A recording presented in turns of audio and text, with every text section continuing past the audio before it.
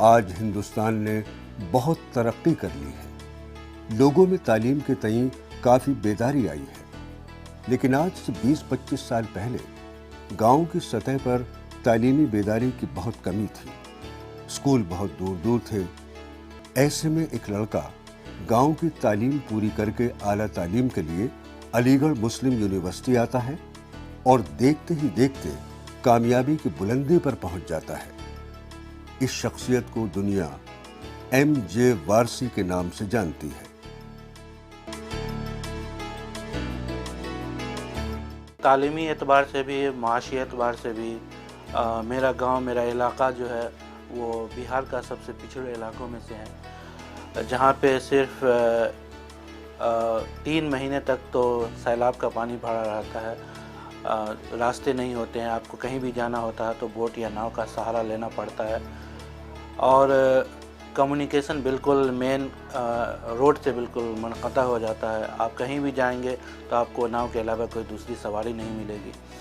تو ایسے علاقوں میں صرف ایک ہی فصل ہوتی ہے اور اسی پہ لوگ منحصر کرتے ہیں۔ تو اس اعتبار سے بھی، اور جہاں تک تعلیم کا معاملہ ہے، وہاں پہ کوئی اچھا اسکول نہیں ہونے کی وجہ سے لوگوں میں تعلیم کا رجحان پہلے بالکل ہی نہیں تھا، کیونکہ میرے والد میرا خاندان کا لیں کچھ حد تک پڑھا لکھا تھا اور پڑھائی کی اہمیت کو سمجھ رہے تھے۔ تو میرے چچا دارجلنگ میں ایک کالج میں پڑھاتے تھے، پھر میرے والد صاحب پرائمری اسکول ٹیچر تھے، تو انہوں نے سوچا کہ میں اپنے بچوں کو تعلیم سے آراستہ کروں۔ تو تعلیم کے حوالے سے اور تعلیم کی اہمیت کو سمجھتے ہوئے انہوں نے ہم لوگوں کی پڑھائی کا سلسلہ جاری رکھا۔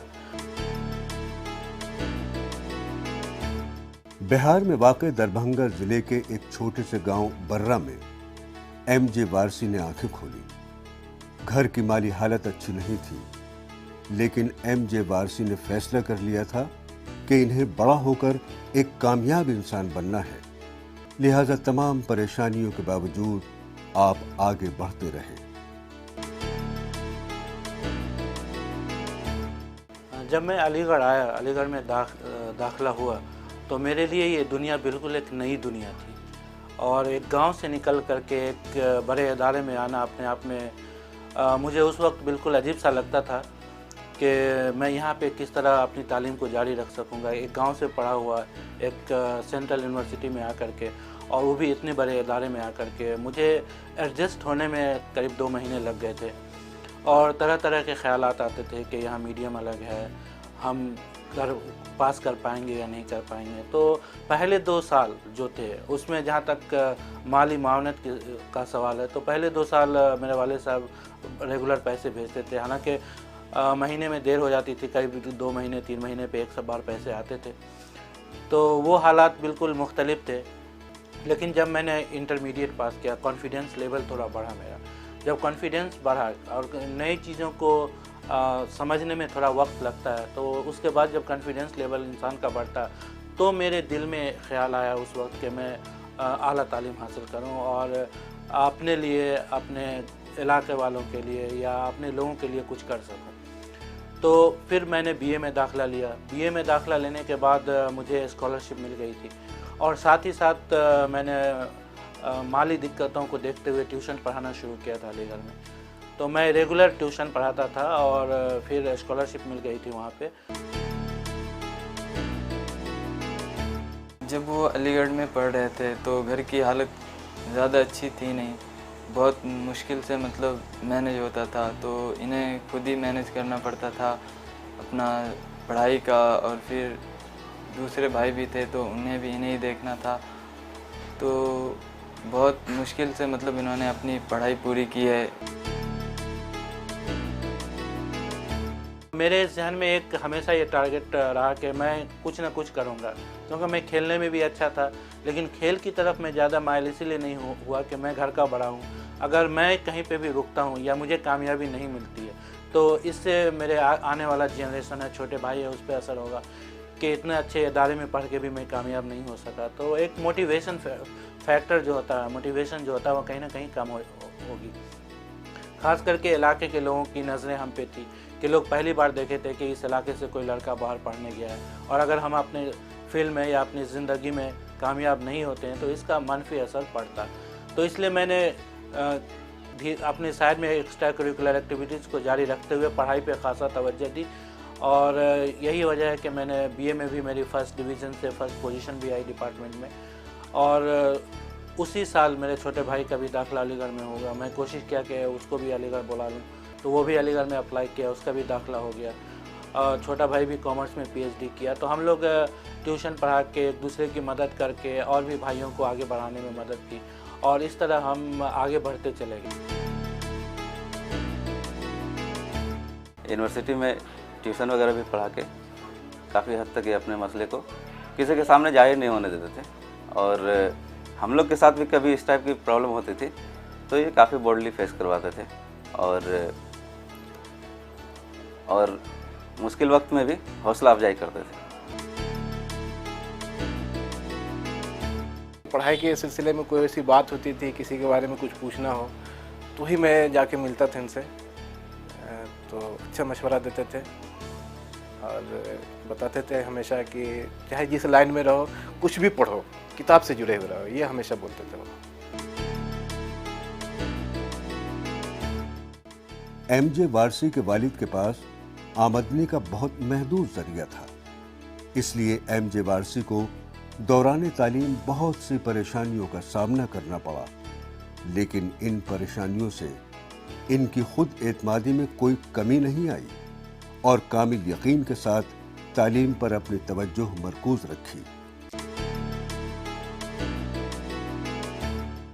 جب میں علی گڑھ میں تھا اس وقت اکثر لوگ جو خاص کر کے گاؤں کے علاقے سے آئے ہوئے تھے، ان لوگوں کے ساتھ یہ پریشانی ہوتی تھی کہ وقت پہ پیسہ ان کو نہیں مل پاتا تھا، اور جب بھی مہینے کی 20 تاریخ کے بعد کا وقت ہوتا تھا یا 25 تاریخ کے بعد کا وقت ہوتا تھا تو ہم لوگ روز پیدل پوسٹ آفس جایا کرتے تھے کہ میرا منی آرڈر آیا ہوگا، میرا منی آرڈر آیا ہوگا۔ کبھی کبھی 2 مہینے تک نہیں آتے تھے،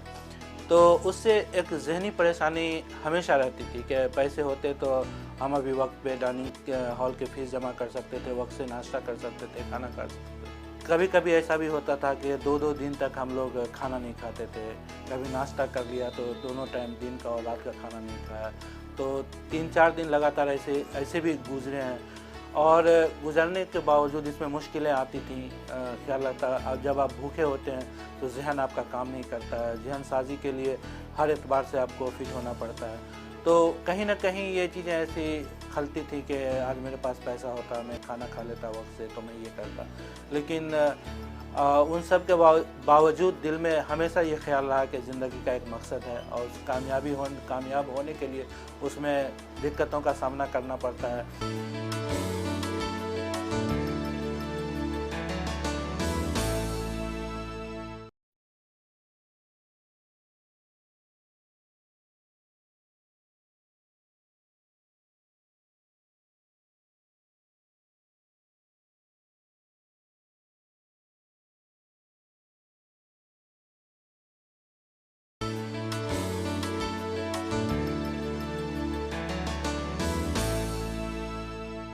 ایم جے وارسی نے جب دربھنگا سے علی گڑھ میں قدم رکھا تو ان کی رہنمائی کرنے والا کوئی نہیں تھا۔ اساتذہ اور احباب کے مشورے سے لسانیات میں داخلہ لے لیا اور لگن کے ساتھ لکھنے پڑھنے میں منہمک ہو گئے، اور اپنی محنت کی بدولت لسانیات میں اپنے لیے ایک انفرادی شناخت قائم کر لی۔ لنگوسٹکس میں نے ایم اے کیا، ایم اے میں مجھے گولڈ میڈل، یونیورسٹی میڈل ملا مجھے وہاں پہ، تو کافی اچھا ریزلٹ رہا اور لوگ بہت خوش ہوئے، اور گھر پہ بھی بتایا، ابا کو بھی بتایا کہ مجھے فرسٹ پوزیشن آیا ہے، تو وہ بھی خوش تھے۔ اپنے بچوں کی کامیابی سے ہر والدین خوش ہوتا ہے، لیکن بہت زیادہ نہیں کہ ان کے ذہن میں صرف ایک نوکری چیز بیٹھی ہوئی تھی کہ نوکری مل جاتا تو زیادہ اچھا تھا۔ پھر میں نے ایم فل کی، ایم فل کے بعد پی ایچ ڈی کی۔ پی ایچ ڈی کے وائبہ ہونے سے پہلے تک میں سیمینارز میں بہت زیادہ تھا، کانفرنس پیپرز پڑھتا تھا، کبھی کبھی بہت زیادہ کرٹیسزم کا سامنا بھی کرنا پڑتا تھا کہ لوگ کرٹیسائز کرتے تھے کہ پیپر اچھا نہیں ہے، اس میں یہ ہونا چاہیے، یہ ہونا چاہیے، تو اس کرٹیسزم کو میں پازیٹیو لیتا تھا۔ لوگ سپروائزر سے بھی آ کے کہتے تھے کہ آپ کے اسٹوڈنٹ کا پیپر اچھا نہیں تھا، تو میرے ذہن میں یہ کنسیپٹ تھا کہ جب تک ہم پیپر پڑھیں گے نہیں تو اچھے برے کی تمیز کیسے ہوگی، تو ان